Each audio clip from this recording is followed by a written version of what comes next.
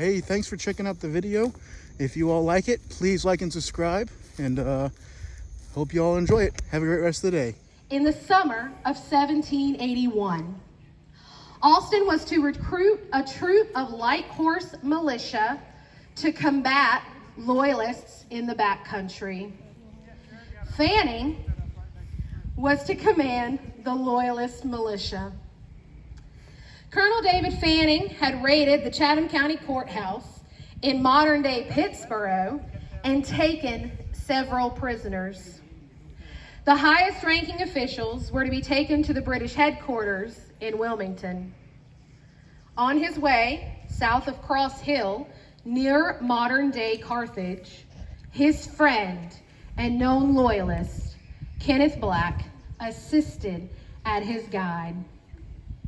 In the meantime, Colonel Alston had mustered his light horse company in pursuit and planned on rescuing Fanning's prisoners. Fanning had a 2-day lead on Alston, was making good time until his horse showed signs of becoming lame. At this instance, Kenneth Black and David Fanning exchanged mounts. This would prove to be a fatal decision for Kenneth Black. On his way home, after departing from Fanning and his men, Alston's militia noticed the bay horse. Thinking he may be Fanning, they shot, wounded, and questioned him. Having no satisfaction with his answers, they murdered him by crushing his skull with the butt of a gun.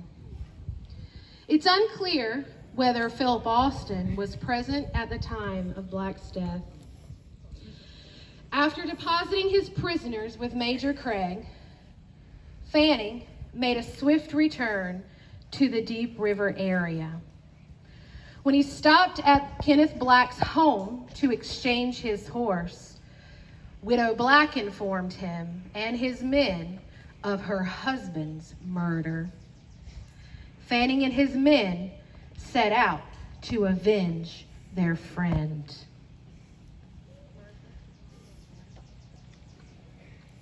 Having failed to catch Fanning, Alston dispersed most of his men, having perhaps 24 left on his plantation. Imagine it's July 29th, 1781. Dawn is just breaking. Colonel Alston has a few pickets out along his property.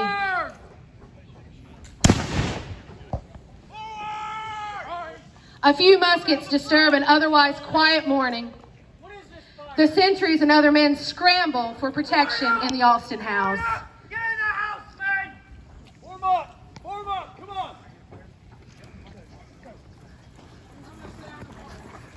Philip! Philip! We're here!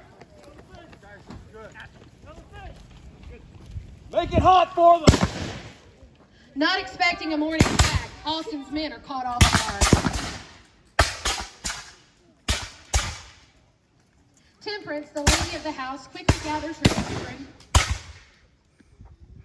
and places them in a bench in a fireplace. She has some sand in the chimney in hopes of protection against the relentless fire. Fanning! Bloody Tory!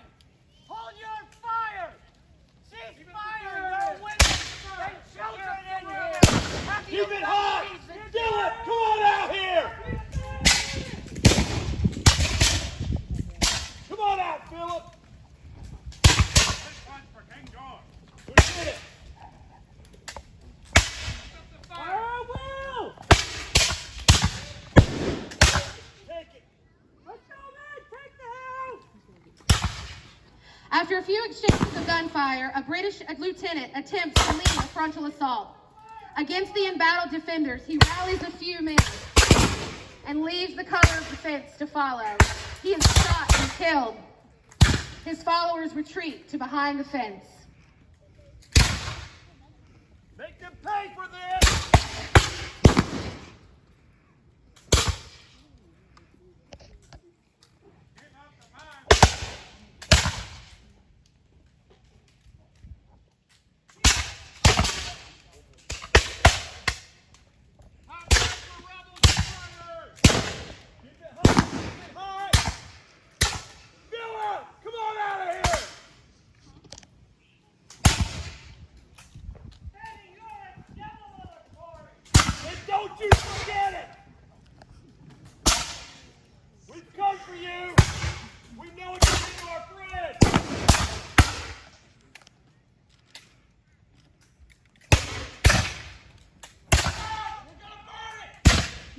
on to the battle, Fanning becomes concerned that reports of a small arms may alert Captain Duckworth and his company.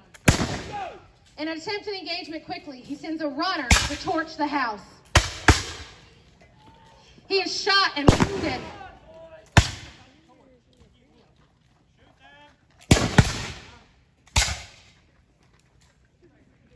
Bring him in! Bring him in! Fill up this your last chance!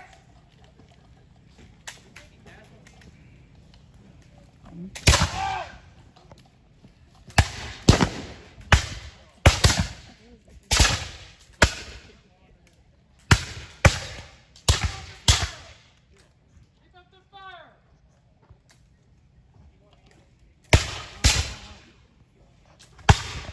Going down, go down. Keep up the fire! Give me a couple of minutes. We've got a fire over here. Having twice failed to dislodge Alston and his defenders, and concerned with the possibility of Alston receiving reinforcements, Fanning's men spy a nearby cart.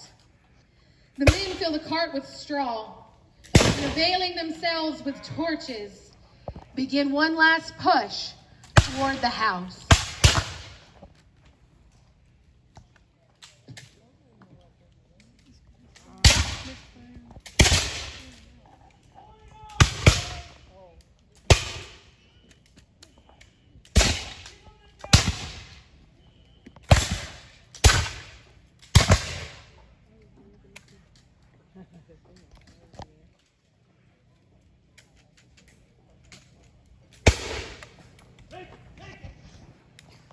Move forward! I'm wagon. We've got you! The loyalists take cover behind the cart as they edge closer to the house.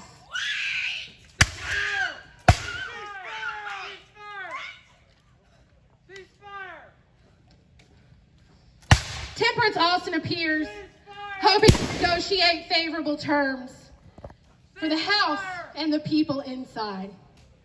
Her terms are plain. We will surrender, sir, on condition that no one else is injured. Otherwise, we will make the best defense we can, and if so, sell our lives dearly as possible.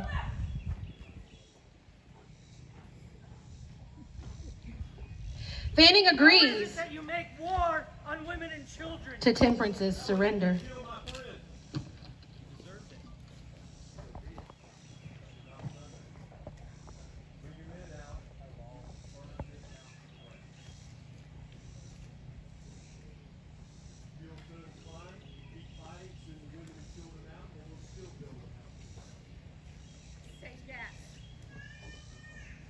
Fanning and Alston agree on the following terms.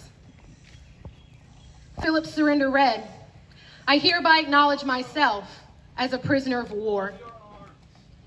Upon my parole to His Excellency, Sir Henry Clinton, I am hereby to be engaged to proceed immediately to my plantation.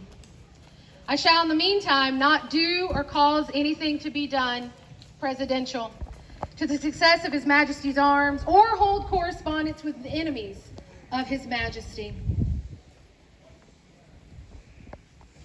Philip and his men are paroled by David Fanning and his loyalist militia.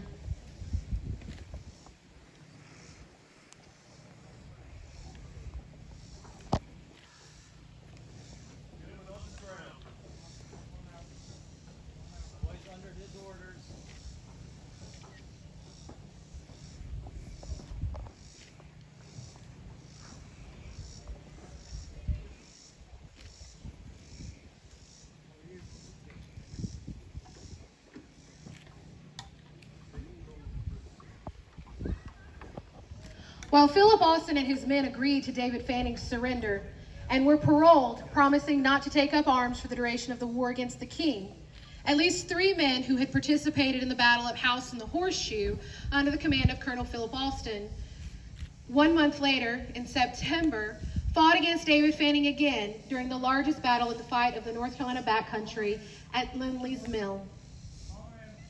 By October of 1781, the French had arrived to assist North Carolina and the rest of the 13 colonies in their fight for independence. and Cornwallis surrendered his army in October of 1781. The House and the Horseshoe conflict had finally come to an end, but at a ford in the river 4 miles north of this house, another skirmish ensued. It ended quickly as Fanning and his men crossed the river. Take the men around to the front of the house. Alston's company. Take care. Right, face. March.